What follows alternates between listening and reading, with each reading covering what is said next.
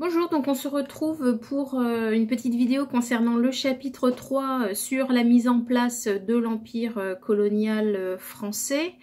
Alors je ne vais pas reprendre tout le cours en détail, vous l'avez sous les yeux et certains m'ont déjà envoyé par photo leur travail. Néanmoins, pour vous expliquer un petit peu les principes de ce cours, c'est comprendre quelles furent au XIXe siècle les motivations de la Troisième République pour s'inscrire dans la course coloniale et pour tenter d'agrandir son empire colonial.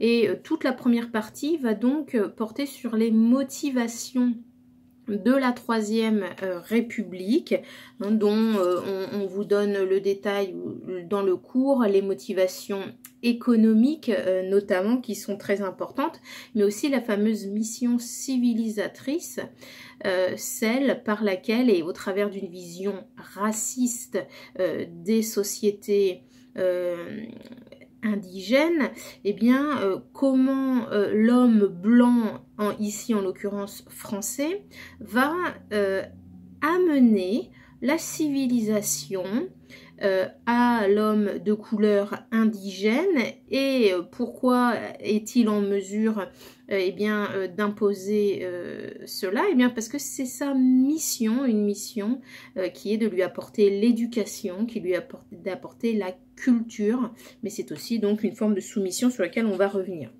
Et puis il y a toute la dimension géopolitique. La France est dans une compétition coloniale qu'elle ne peut pas, dans laquelle elle ne peut pas ne pas s'inscrire. Et dès 1884 à Berlin, eh bien les grandes puissances européennes à Berlin vont se réunir afin de trancher la manière et, si l'on peut dire, les règles du jeu de cette course coloniale, en particulier en Afrique. Alors, progressivement, le territoire de l'Empire français va s'accroître. Vous avez dans le diaporama notamment des cartes qui vous montrent donc qu'en 1914, c'est là où le chapitre s'arrête, eh bien, l'Empire colonial, il est constitué, il est absolument immense. C'est le deuxième empire colonial du monde après l'Empire britannique. Et la France dispose de colonies tant en Afrique qu'en Asie. Néanmoins, ce projet colonial, il est contesté en France. Il ne faut absolument pas croire que l'ensemble de la classe politique française et des Français sont absolument convaincus et se sentent très concernés. Ce qu'on appelle le parti colonial, c'est-à-dire les hommes politiques de la Troisième République comme Jules Ferry qui défendent eh bien, la mise en place et le développement de cet empire, mettent en place des campagnes littéralement de communication pour diffuser ces images d'un empire complètement fantasmé, si l'on peut dire, des images exotiques. Beaucoup de Français y sont relativement peu perméables et ne se sentent pas concernés.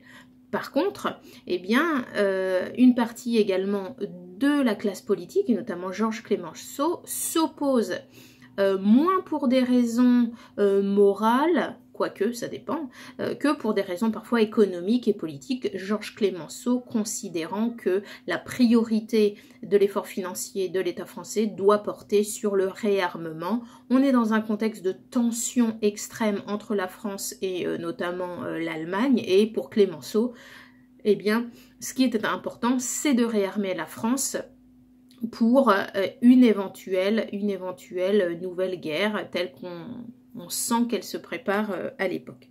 Alors, la deuxième partie du cours porte sur la manière dont ces colonies, elles sont administrées. Alors, il y a toute une partie sur la conquête et l'administration. Vous devez ici simplement comprendre que ces colonies, ces territoires, en fait, ont différents statuts. Il y a une différence à faire entre la colonie de peuplement comme l'Algérie et la colonie d'exploitation, celle qui est conçue pour être exploitée. Et puis après, il y a une différence entre ce qu'on appelle donc les colonies et les protectorats, où, selon la définition, l'État français donne plus d'autonomie aux élites locales pour se gouverner. Deuxième élément très important, la mise en valeur et l'exploitation. on l'a dit, c'est l'une des motivations principales de la France, c'est l'exploitation des ressources de ces territoires.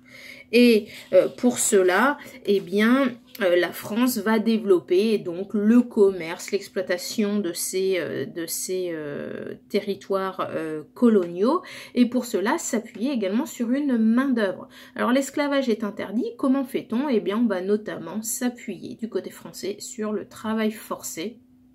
Tous les prétextes sont bons pour profiter d'une main-d'œuvre peu chère, que l'on humilie, que l'on exploite, pour exploiter donc ces colonies. Vous avez un point de passage donc avec des questions à préparer sur le code de l'indigénat. Ce dernier est très important puisque c'est ce texte de loi, ce code de loi qui va institutionnaliser la hiérarchisation entre les populations, entre les Français de métropole qui sont sur place et ceux qui sont considérés comme indigènes et qui donc dans l'Empire français vont être privés de droits et tout cela eh bien pour mieux les exploiter. Tout cela, je l'ai dit, s'appuie sur une véritable vision raciste des choses par lesquelles on classe les populations et sur des théories racistes. Dernier point, la ségrégation sociale et spatiale que l'on voit notamment dans les villes coloniales. On vous amène à travailler sur l'exemple de Saigon, hein, qui est un point de passage, et Saigon c'est la capitale, si l'on peut dire, de l'Empire français en Indochine. Eh bien, cette ville, elle est à l'image de nombreuses villes coloniales, c'est-à-dire qu'il y a une ségrégation spatiale qui se traduit notamment par un quartier dit européen, donc où les populations européennes se concentrent avec des commerces, des éléments d'architecture proprement européens, donnant l'illusion aux Européens qu'ils vivent finalement dans une ville civilisés et qu'ils vivent comme s'ils vivaient en France. On retrouve notamment la cathédrale de Saigon qui est construite à l'occasion. Et au passage, on rappelle ici la dimension religieuse de cette colonisation. Et puis, il y a les quartiers où se concentrent les indigènes et ces deux mondes se mélangent assez peu, si ce n'est la catégorie particulière de ce qu'on appelle les élites, ces élites coloniales qui vont adopter avec toutes les limites et les nuances que l'on doit garder en tête, qui vont adopter des modes de vie occidentaux et qui vont constituer la figure du bon indigène, avec bien sûr des guillemets, c'est-à-dire l'indigène qui aurait compris et qui aurait assimilé les règles et les modes de vie occidentaux et qui constituerait donc un relais entre les indigènes et les élites coloniales. Voilà, j'espère que ces quelques propos dans ma vidéo vous aideront à mieux comprendre le cours et je vous dis à bientôt.